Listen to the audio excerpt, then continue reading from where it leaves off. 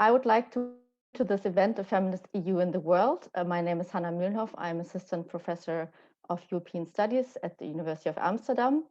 And I would also like you in the name of Dr. Pola Cebulak and Lara Talsma, who are also convening this event and following events to come in this series. In November, also as part of the series, we already took stock of what the EU is doing in terms of gender equality in EU external relations. And now we would like to look to the future or look more at contemporary debates on gender and EU external relations, and specifically want to discuss recent proposals for a foreign policy for the European Union. And within the EU institutions, it has been especially member of the European Parliament, Hannah Neumann, who has put this on the agenda, and she and the Greens in the European Parliament commissioned a report that was published in June last year, written by the Center for Feminist Foreign Policy, Feminist Foreign Policy for the European Union. So this is why we're especially delighted that Hannah Neumann is here with us today to discuss the and her work in the European Parliament since. I would like to introduce the speakers and welcome the speakers now to start. And I will start with Hannah Neumann. Dr. Hannah Neumann is a member of the European Parliament. She is the rapporteur in EU foreign policy and also the rapporteur on the report on arms export. She is also shadow rapporteur on the report on the implementation of the common security and defense policy. And she's the vice chair of the subcommittee on human rights and member of the subcommittee on security and defense in the European Parliament. And she recently launched the She-Curity campaign. So she's the perfect person to speak about these debates on feminist foreign policy in the EU. And I would also like to welcome Professor Roberta Guerrina. She is professor of politics and director of the Gender Research Center.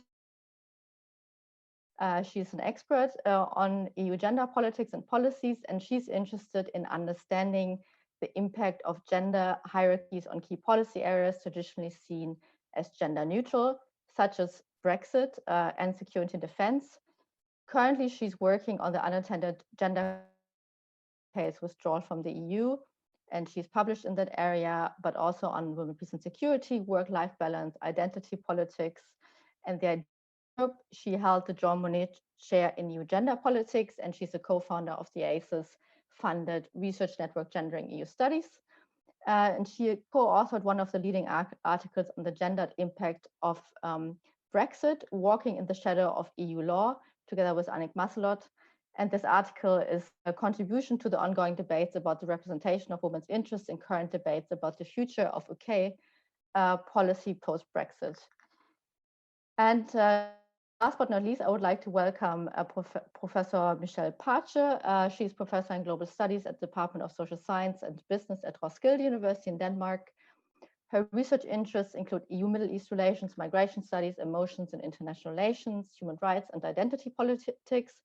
And she's currently Danish lead partner on the project Skills and Integration of Migrants, Refugees and Asylum Applicants in European labor markets, and also on the EU Middle East Network and Action, EUMENIA.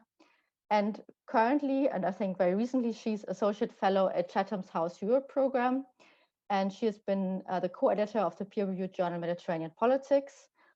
And she's also the co-editor of the forthcoming Routledge Handbook on EU Middle East relations.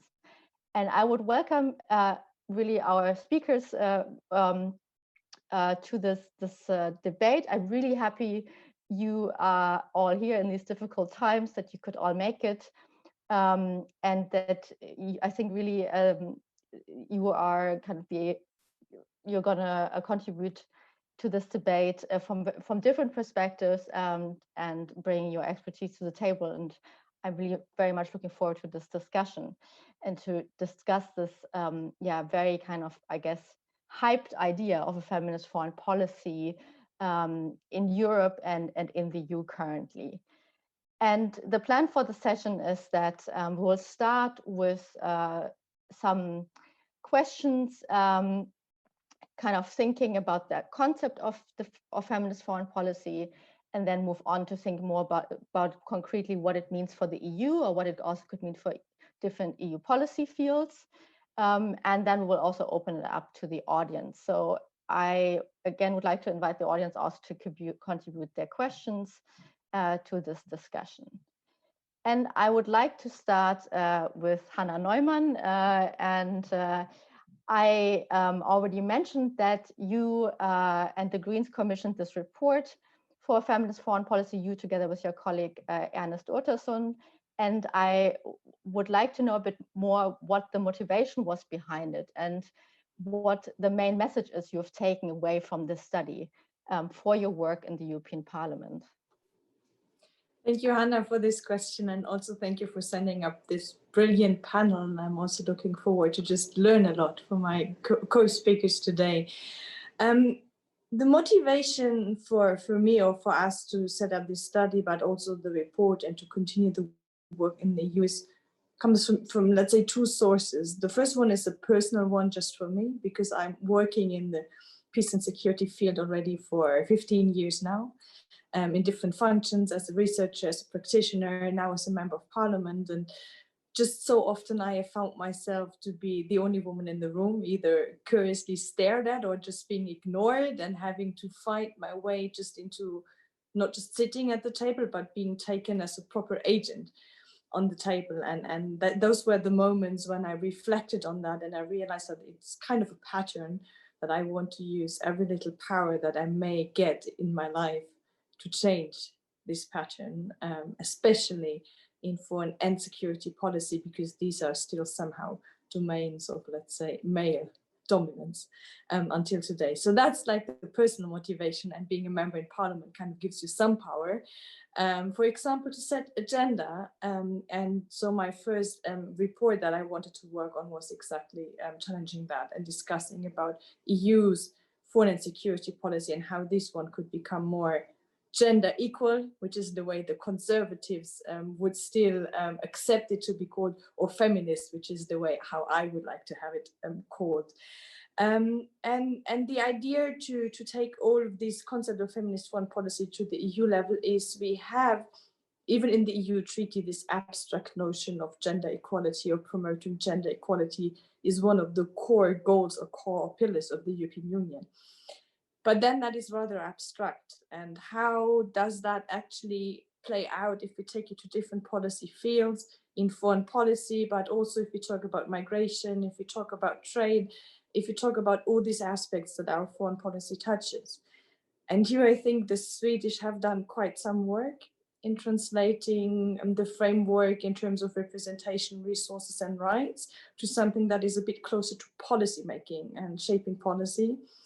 And our intention was to really look at EU foreign policy, and if we take this approach of gender equality and feminism in foreign policy seriously, how would that need to change the way we do these different, the way EU acts in these different policy fields? And that's what we did rather systematically, and thereby build a foundation also for the European Commission's Gender Action Plan, which has a focus on foreign and security policy. And now we kind of have an agreement across political parties and across institutions on what we want to achieve. But now it's about really doing it, walking the talk, and maybe that's kind of the next step of also my engagement in this area on the EU level. Thank you. Maybe connecting to this, what you already said, that the Swedes have really tried to put down what a feminist foreign policy is. I'm curious to hear from Roberta how she understands or how she would theorize a feminist foreign policy. And I know you have also been already writing a little bit about this. Obviously, you've done a lot of research on gender equality in the EU and also on the women, peace and security agenda, which is also one of the ways this has come into foreign policy. But I'm wondering also a little bit what you think in terms of what the potential is of a feminist foreign policy approach or as a concept, and how this relates to the women, peace and security agenda, whether there is maybe more of a potential there for transformation, or how you kind of perceive this idea and how you would understand a feminist foreign policy. Thank you, Hannah. And thank you for getting the conversation going as well on this very important and topical issue. I think when we start to think about feminist foreign policy, we need to really unpack the two concepts that are at the heart of this framework. The first one is, what do we understand by the ethics and values and associated with the political project that is feminism? And second, what do we understand foreign policy to be for and about? And here, as I guess, as a critical scholar, and in some of the work that I'm currently doing with Annick Maslow, Catherine Wright, and Tony Hastrup, we started to look at the relationship between these two projects and whether or not the values that are embedded within both feminism as a political project and foreign policy as a policy domain are reconcilable. And what our work is pointing to is that we really need to think carefully about the nature of feminism that is embedded within a foreign policy agenda, which does not move beyond the idea that sovereignty and national interest are at the heart of external affairs. And I think this is quite key. And what I really liked about the work that is currently being done on Swedish feminist foreign policy, because it's probably the most advanced in terms of the handbook, which relates to, as Hannah has pointed out, the resources, representation and rights kind of area, is what kind of ethic and what kind of values should underpin a feminist foreign policy. And in this context, I think it is important that when we think about feminist foreign policy, it's not seen as something that is done in parallel to normal foreign policy, but if it is to be truly feminist, it needs to become front and center. We then need to start to interrogate the values embedded within the frame of feminism. Whose feminism are we talking about? Is it a white, Western, liberal feminism, in which women are added and stirred, so to speak, right? So we focus on women's empowerment and women's access to the public sphere? Or is it an intersectional feminism in which we start to understand overlapping structures of oppression? Or is it a decolonial feminism, especially in the context of foreign affairs? If we don't think carefully about how we understand feminism as attached to feminist foreign policy, we run the risk of co-optation of the language of feminism, of rights, of women's rights in particular, and therefore undermining the transformative potential of this political project. And that's kind of the next, I guess, leap in terms of my thinking in relations to feminist foreign policy. Because feminism, when we talk about transformation, it means that it is a disruptive process, right? It is not just about inclusion into something that is fixed and remains the same, because we know that that doesn't work. So what feminism seeks to achieve is to change the structures and the processes, so that it is not the interest of those who created the structures and those processes. They are put front and center in the advancement of both domestic policies as well as external policies. And I think this is more important than ever, particularly if we think about the impact of COVID and what has been happening over the last couple of weeks. And if we put an ethic of care at the front and center of any kind of ethical or feminist foreign policy, what does it say about vaccine sharing and vaccine nationalism, and how do we take that step forward?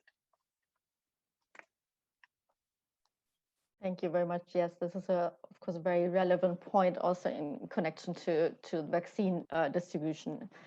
So we're seeing right now.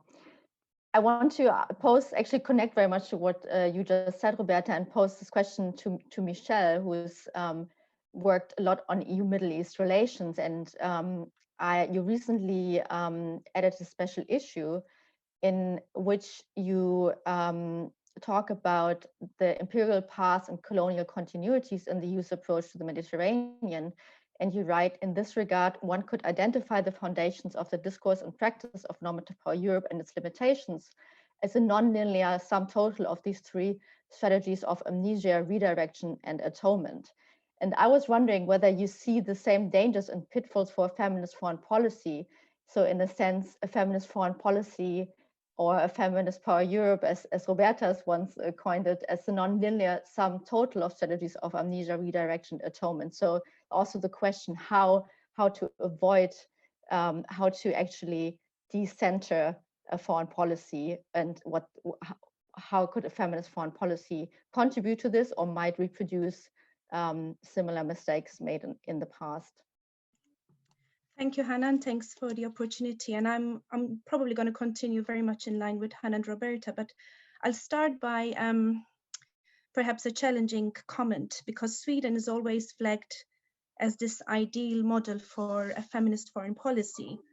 Let us not forget that Sweden is a leading key world arms exporter, and some of these arms that are exported are being used in conflict zones, which actually end up with more women being killed or put under duress and experiencing quite a lot of trauma as a result of these arms being used in major conflict zones. So my sort of commentary is going to be on the basis of that I would like to caution us, and probably I'm the skeptic here because I don't like labels, but I would really like to caution us against any form of conceptual imperialism, because I'm afraid that we can easily lose sight of the distinctive idea that we're trying to convey in this concept that we refer to as feminist.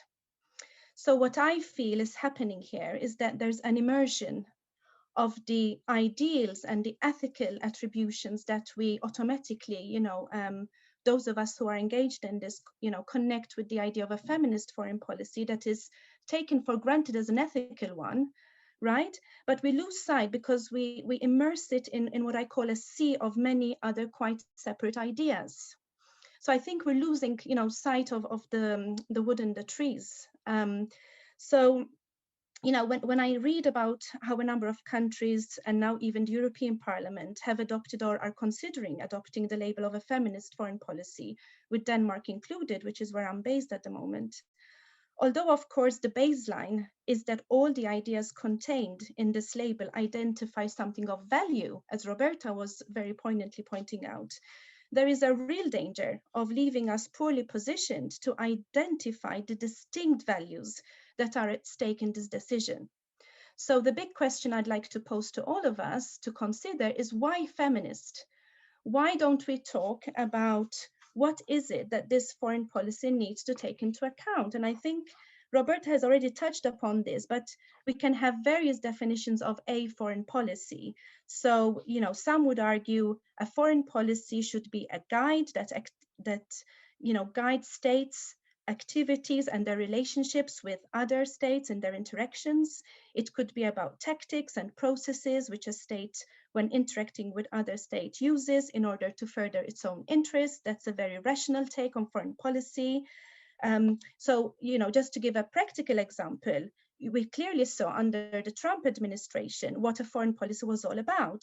There was not only a differentiation between insiders and outsiders, but there was very much a differentiation within, between, the consideration between black and white, working and middle class, the elite and the so-called the people, where the same morality was not applied evenly across the board. So in a utopian vision, on the other hand, a foreign policy would be entirely other regarding in terms of what we actually do in practice. So for me, the basis here is that we agree that a policy is all about respecting rights. And it's a kind of Arendtian notion that I'm after here. We need to think about the right to have rights, no matter who we're talking about, whether we're talking about women and girls, whether we're talking about disabled, whether we're talking about, LGBT people, etc., etc. So I think, we need to be really careful, and this is my cautionary note about what a feminist foreign policy does in practice rather than what it is labeled as. This would be, my key taker here. Thank you for these. Posing this question also, why feminist, which is a question that I've also been had to engage with the other week in a discussion on a feminist foreign policy. Maybe I would like to give this question a bit back to Hannah and Roberta, but maybe also for Hannah, I would like to add. Roberta spoke about the risk of co-optation. In a sense, that's also, I think, something that's also implied in what Michelle said. And there's, of course, generally this risk of adding women in stir, even when you use the label feminist foreign policy, not only if you talk about gender equality. So I'm wondering how you understand really a feminist foreign policy and how you want to avoid, or what are your strategies to avoid the danger of co-optation, so to say, in your work? Because obviously you also, I guess, have to take make some strategic decisions. So how do you how do you do this balancing act? Well, that's a tricky question, and it's not that I would say that's the recipe to do the balancing act and then I'm running it all across all the time. It's more like adapting and shifting. But maybe to answer to the question, what makes a feminist foreign policy a feminist foreign policy in my point of view, and also how do I explain that to people who have maybe not gone through university or who maybe have not immersed into feminist studies and all these discourses, and already the word intersectional is not familiar to them. For me, a feminist foreign policy is a foreign policy that tries everything possible to identify, to speak about, and to counterbalance discrimination. Because I think that discrimination and exclusion is core to conflict and to escalation of conflict, and trying to prevent this escalation of conflict is what foreign policy should be about to a large degree. And this means it's a foreign policy that speaks about rights. It's a foreign policy that speaks about equality. It's not a foreign policy that has business interests, for example, at the core of its engagement. That is system change, if I look at the way foreign policy works now. And then the question is, how do we balance that? Because on the one hand, I am working in a system, and I need this system to get majorities, to get things moving. But I'm trying to gradually push the system as far as possible in the direction of changing it, but not in terms of a revolutionary change, which I know is inherent in some feminist ideas that have a lot of sympathy. But I'm just trying to see how far can we push it in the current system. And I mean, there are things happening that make me optimistic that we can achieve some change if we work together. One thing is, feminism is a hype. So that's why I'm very happy using this label, because it builds on this hype, and sometimes you don't have to explain all the backload behind it just by using this label. We have an increasing number also in foreign and security policy of male colleagues that can clearly be seen as allies. I think that's something, from my impression, that has changed in the last 5 years. Also, a lot of people that just work in the system and that realize that sometimes their own prejudices, their own biases, their own stereotypes that we all have, including me, stand in their way of doing better policy decisions. And just supporting them with trainings, with awareness raising, with safe spaces for sharing their experiences and how they have been moving ahead is very valuable to them. Of course, we have these old white men who just think it's a stupid idea and we can just run it as a geopolitical setup as we always did. But we also have a lot of allies who really want to change it, and they are in the system. And if we win them as allies, I think we also can move a lot ahead. And then for me, what is key and is very important, and that's for me the biggest challenge at the moment, is that a lot of this discussion about feminist foreign policy is working around the issue of representation and of women. And of course, women is kind of the first other and is one of the very discriminated group in foreign and security policy. But I really think we need to move beyond that. to include other minorities, but also to challenge the notion that foreign policy is about governments talking to governments or people with badges talking to people with badges, which is the way Samantha Power once described it. But that it's really about including more people, about focusing on humans, human security, and breaking up this stereotype, which sadly is still a lot diplomacy is about. But the representation issue is not all. And it's easy to count, it's easy to evaluate, it's easy to hold people accountable. Every time Mr. Borrell makes his senior officials appointments and I can just count, it's 6 men, it's 2 women, wow, we are never going to get to 50% that way. That's really easy. But we know that just putting women on the table doesn't mean that they can speak up, that they feel empowered to speak up. And we know not every woman is having a feminist agenda behind him or her. So that's why, as much as we can criticize the way Sweden executes its foreign policy, the notion of talking about rights and resources is something that also needs to happen when we speak about foreign policy, and that we also need to take into account. Maybe that's the best answer I can give as of now. If it was not clear, just keep on asking me, because it's a continuous struggle also for me and for us who are trying to put it forward in the political system that we have.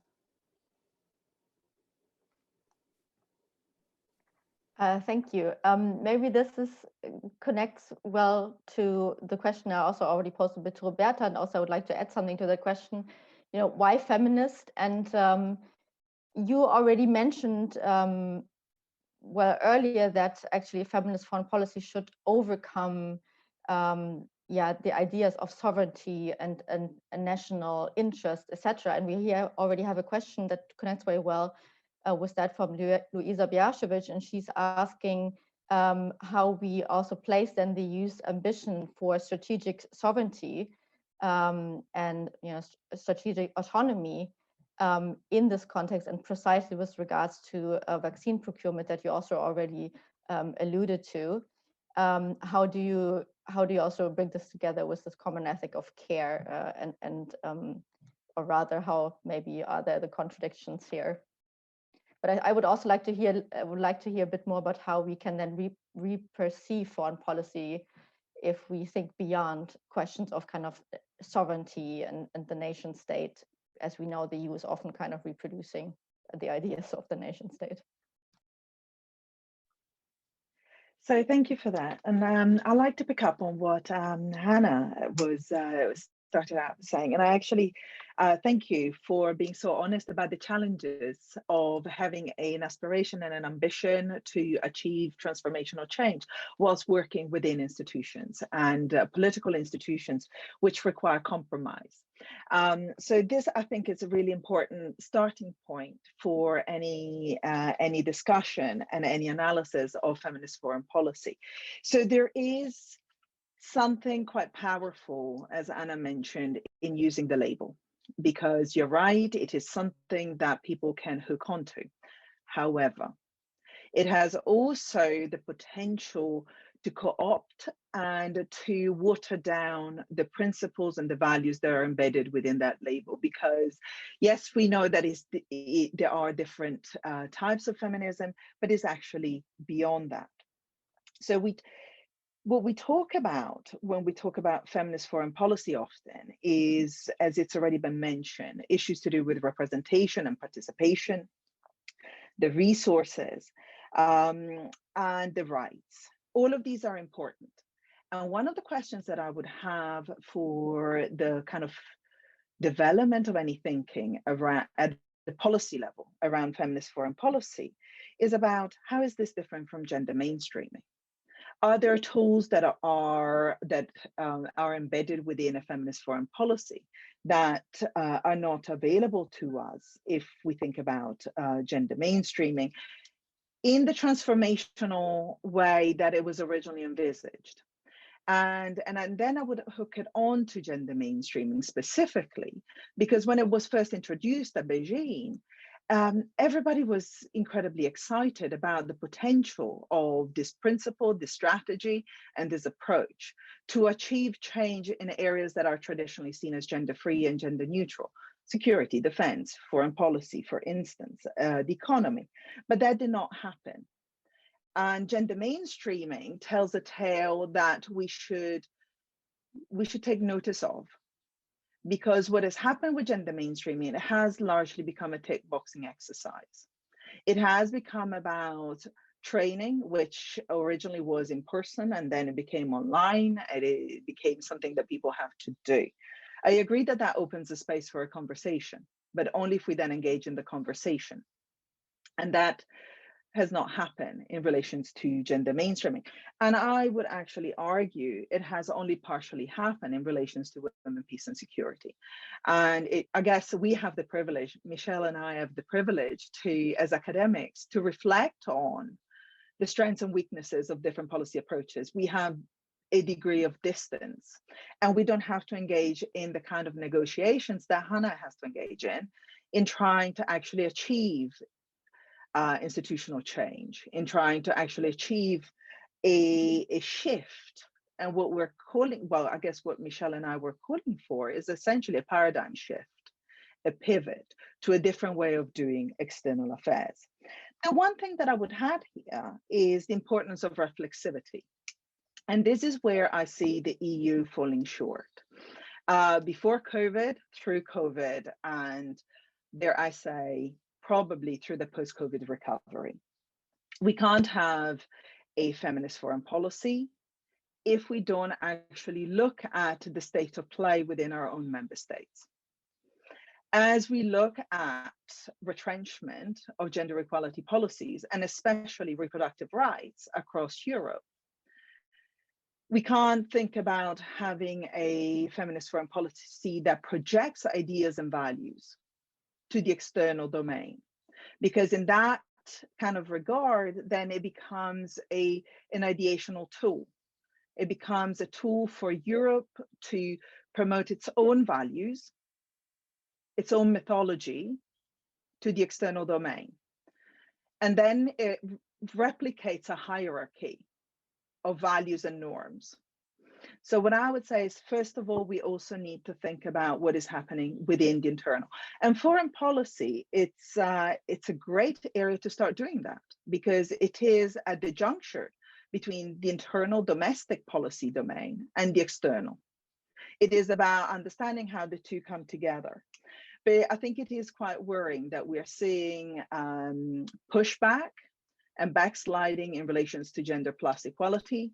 Across Europe, we're seeing pushback and backsliding in relations to gender studies, critical approaches, and as well as the more intersectional approach. So I think until we have engaged in this kind of self-reflection, it is very difficult to think about how the EU could adopt a feminist foreign policy that is more than just a label. Thank you so much. I think you already actually responded to a question that we also have here in the chat about backlash against gender equality in some member states, such as Poland and Hungary, which manifests itself in the opposition to the mere inclusion of the word gender. And you just kind of talked about how this can also happen in the context of feminist foreign policy. I would like to now invite Michelle again to also reflect on the things that Hannah and Roberta said.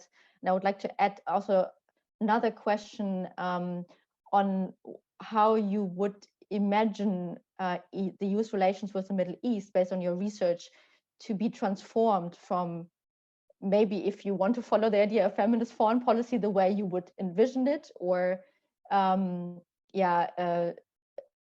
foreign policy that is more intersectional or more decolonial, etc. Okay, so since what you just mentioned is at the heart of what I do, I'll start with that. So if we look at EU Middle East policy, particularly on the Middle East conflict, I would say again that we need to look at a rights-based policy. We've had a historical debate about values versus interests, and I don't think it's one or the other. I think when it comes to what the EU itself is committed to, its legal obligations, then I think that should be the guiding principle in its foreign policy. But unfortunately, it has been falling very short of this, in spite, for instance, of various association agreements with Middle Eastern neighbors, stipulating that a violation of human rights would automatically either halt that relationship, or, the EU could also divert to sanctions. We have seen that very rarely used, and that is a legal commitment by the EU. So I would like to see not necessarily a more feminist foreign policy, but a more rights-based foreign policy that actually pushes the EU to commit to its own legal obligations. But I would like very briefly to also connect to what Hannah and Roberta were saying, because I think we all seem to agree that what we need to look at here are the structures. So we're talking about power hierarchies, we're talking about the ways power is distributed, who gets to be privileged against others in making decisions. So it's not just Hannah who is being challenged by ways of trying to change the ways our institutions work. Even us, Robert, as academics, we face these in our own institutions. I mean, academia is ripe of violations of norms and huge discriminations. And it's not just about women. It's not just about disabled. It's not just about black and white. There are so many discriminatory actions in our societies, in our institutions, that we need to be fully open eyes about the importance of rights and equality of all.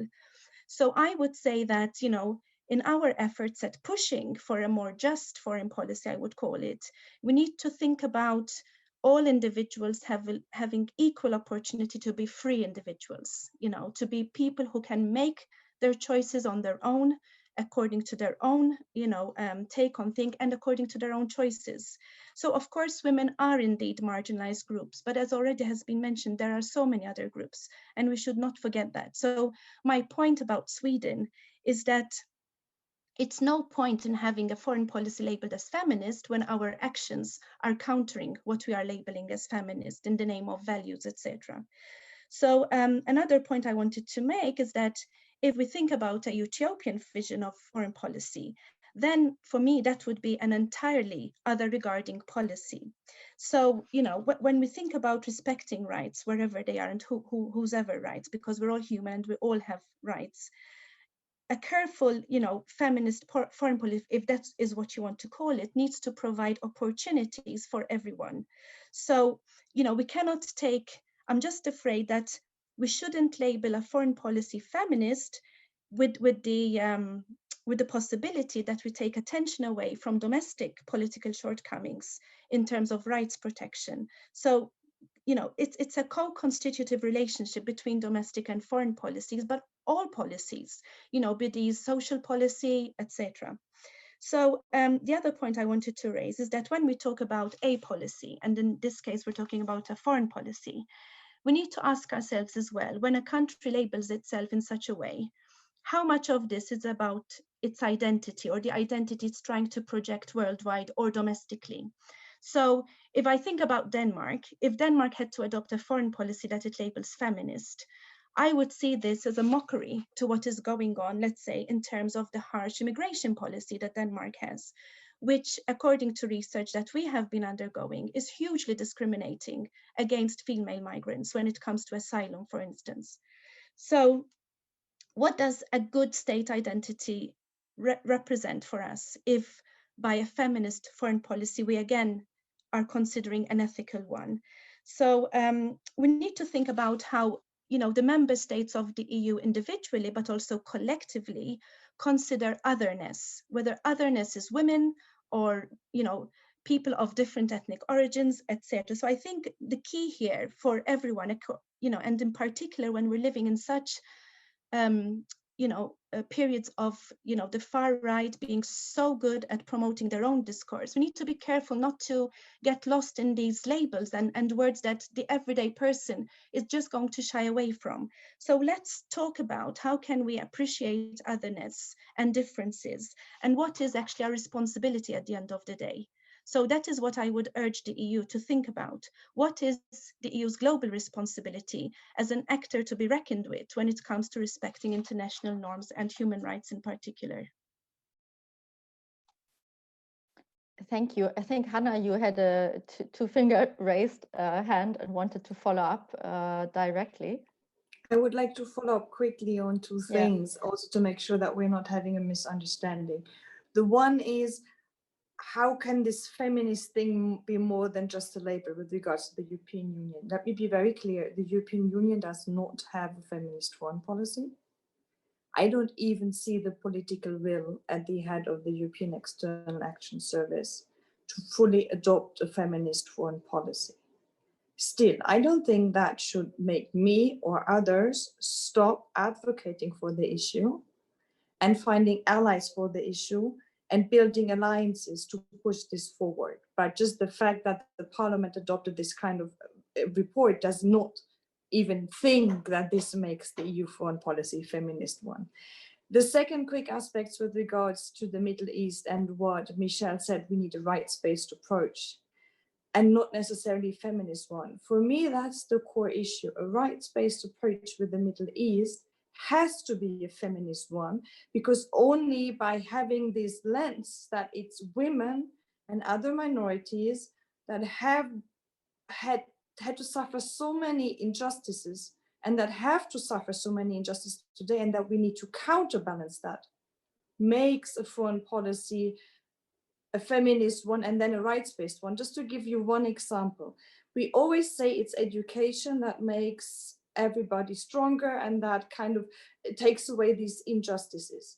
So if, for example, the European Union would now roll out a proper education initiative in Afghanistan, which many of our member states did for a long time, but women and especially girls cannot go to these schools, we just widen the gap and we just increase the disparities and the discrimination of women. Although we had a rights-based approach, I wanted to give the rights to the same to everyone. That's why I say, especially in this context, having this feminist notion, this feminist agenda actually helps us to give a label to the injustices, but to do deliberate efforts to counterbalance them and not unintentionally just reinforce them.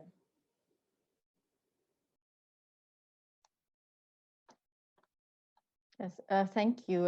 Thank you for that response. I am also curious about this. The point was focusing on a rights-based approach, and there's also a question here from the audience about a rights-based or equality-based foreign policy, and asking how we can move beyond platitudes here. I also understand the point to emphasize the human rights-based approach, but I also see I have to share a little bit of the skepticism that Hannah was just mentioning in terms of that it's also a way of, again, I think also siloing, in a sense, women's rights, and that it also can be quite limiting because it doesn't have this transformative potential, because you can grant human rights, but for some they can't access them, so to say. They can't exercise their rights if they are structurally disadvantaged. So I guess I wonder whether it really makes it possible to emphasize the structural change with that approach. So maybe just to give that back to also to Roberta, if she wants to draw on that as well, but also adding a question from your research on feminist or on institutions in the EU. There's also here a question by Clemens Mouchet on the question on the wondering whether the EU is ready for it, or what are the chances of the member states or institutions adopting it. Hannah already kind of alluded to that. Roberta, what do you think from your research on EU institutions, and also following the implementation of the Women, Peace and Security agenda in the EU, etc.? What's your take? Okay, thank you for that. So when we look at the institutions, we need to answer this question at two different levels. One is the political institutions, which is what Hannah had alluded to, and the importance of lobbying and actually keeping the issues onto the political agenda, right? And that's what I mentioned earlier about, I completely understand the position Hannah is in order to actually get other members of the European Parliament, other parts of the European Union, so institutions and so on, to actually engage with those kind of issues. And I think that's the political level. At a more institutional structure level, I think there are things that have been happening over the last 10 years that we should take notice of. So we have the new WPS strategy and action plan, which actually are informed. They were the result of wide-reaching consultation, especially with civil society organizations. We have the new gender equality strategy, and we have the new gender action plan. So all of those things are really important when it comes to the institutions. We also have the first woman to be president of the European Commission. But what we are seeing is that that is not leading to a change in the values and the way that the institutions are operating. And what we're also seeing is the potential for backsliding. So in terms of external affairs and the European External Action Service, we're seeing a broadening of the scope of the new special advisor. And that we've seen it already all before when it comes to gender mainstreaming. And there are certain areas of specialism and certain issues that we need to address, which are specific to gender, both from an intersectional and decolonial perspective. But then there are other issues that relate to Black and minoritized groups that a gender advisor may not be able to advise on. So capturing gender equality and race equality, for instance, under the broad umbrella of human rights only helps to dilute the impact of those key areas and the impact on the everyday lives of the individuals that they, or the groups that they are targeting. When it comes to the institutions themselves, I think it is important to keep a check on what's going to happen going forward, because we are seeing a mounting pressure to certainly stall on the advancement of gender equality rights. You've already mentioned the use of the term gender as becoming increasingly more problematic and problematized. So all of those kind of things really need to come into our understanding and discussion of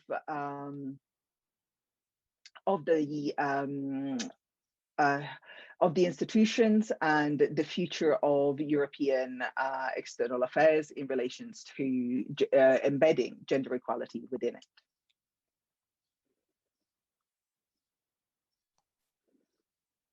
Thank you.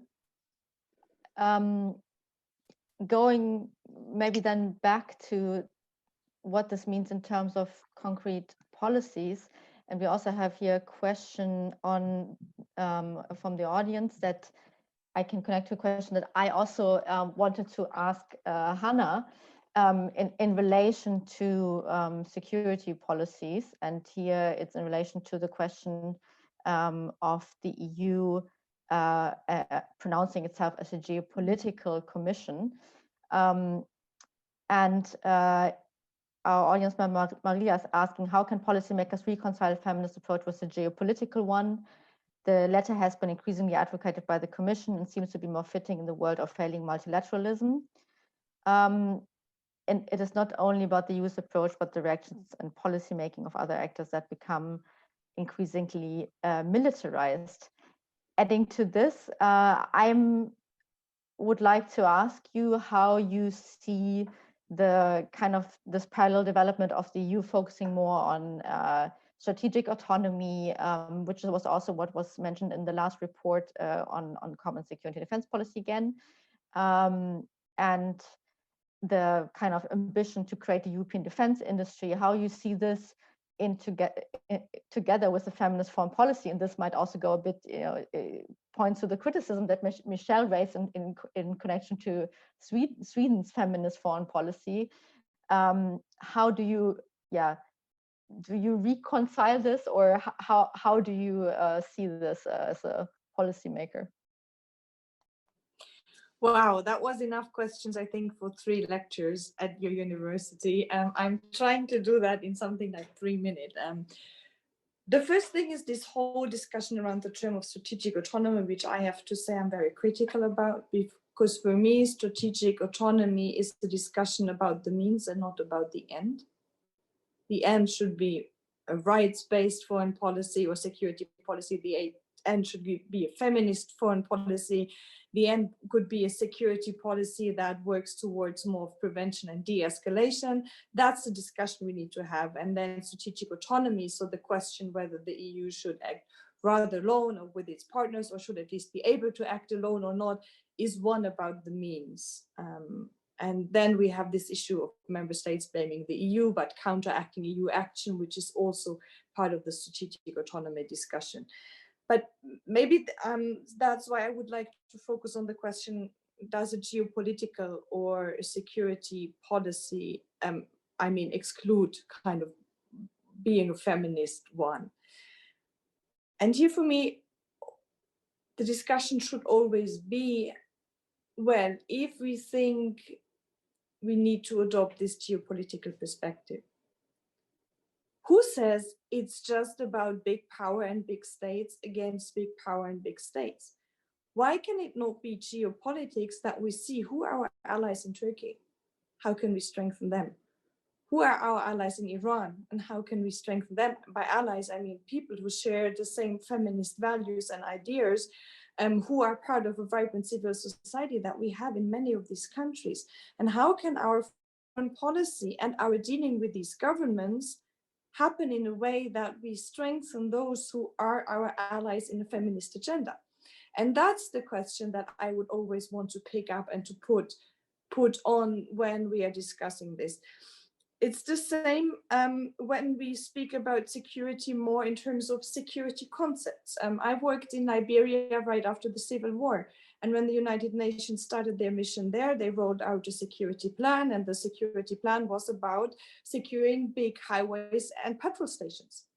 That's a security concept that is about survival of the state government institutions and not about human security. And it's a very male focused one on where do they need security, and not a female one. So why do we not discuss this security concept through a gendered lens? And then maybe we need to secure the small roads to the dwells where women need to go to fetch water, if that is where a lot of the actual security incidents are happening. And that's how, without, of course, I would like to have a world without war and without weapons. But we will not have that in the nearer future. So why are we not, or I would urge us, because that would make the world more secure, to take this gendered or minority focused perspective on the big strategic discussions like around geopolitics. As long as we continue to see the Middle Eastern conflict as one between Saudi Arabia and Iran, meaning the regime in Saudi Arabia and the regime in Iran, we are losing out so much potential in all these different countries in between and all these different groups, even within Saudi Arabia and Iran.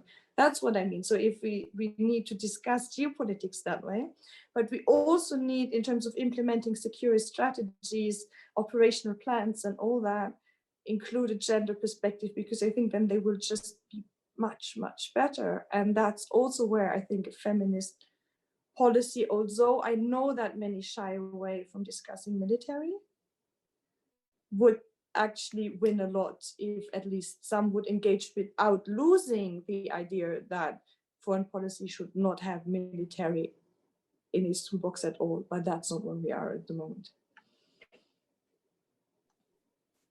Thank you. I would also stick with the concrete policies and move a bit to democracy and human rights promotion policies from this feminist foreign policy perspective, which already kind of picked on and asked a question to Michelle that's also linked to a question from the audience. Paula Cebulak is asking here whether the idea of EU unilaterally diffusing and promoting its norms and values is compatible with the feminist approach. You mentioned before, Michelle, that we need to kind of rethink our relationship with otherness, or think about foreign policy in a more relational way, if I understood you correctly. And I'm wondering what this would look like in the EU's promotion of human rights and democracy, which is also one of the kind of key policy fields in the EU's relations to the Middle East and the Mediterranean. How would you how would you re-perceive that specific policy field? Yeah, so if we're looking specifically at what used to be called democracy promotion, the EU itself has recognized now with the Orange Revolutions and the Arab uprisings that is long gone and dead. So I think the EU is going through a reflexive mode now, where they're actually, the language being used is democracy support, and it comes from quite a lot of hard work, not only from academics, but also a lot of civil society organizations who have been calling for the EU to take on a listening mode rather than, this is our model that has worked here, you take it or leave it.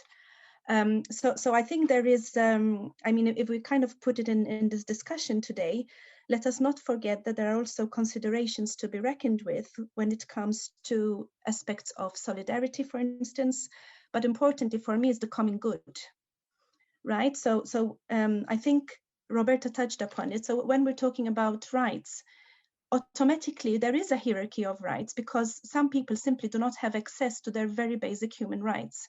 So if I am in Gaza, my access to healthy food and drinkable water and medicine is going to take priority over me having access to the internet 24/7, because that is impossible when electricity is cut and only allowed 4 hours a day.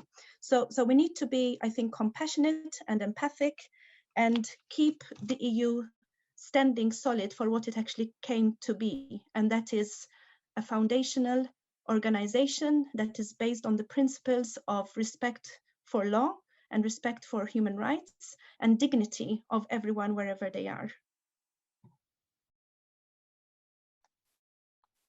Thank you for this elaboration. I think I would like to give a last question that kind of thing brings all these points together. Pose last question to all of you, and that comes from Catherine Wright in the question and answer box. She's asking when and where we draw the line in pushing for our states and institutions to pursue a feminist foreign policy, even if we believe it will never happen. So I guess, if I understand correctly, it's a question of, when is it still worth it, or what is maybe also a point where we should stop pushing, and especially thinking of overcoming or transforming foreign policy as linked to the nation state, etc. Is there any of you would like to pick up on that or have some final words or reflections?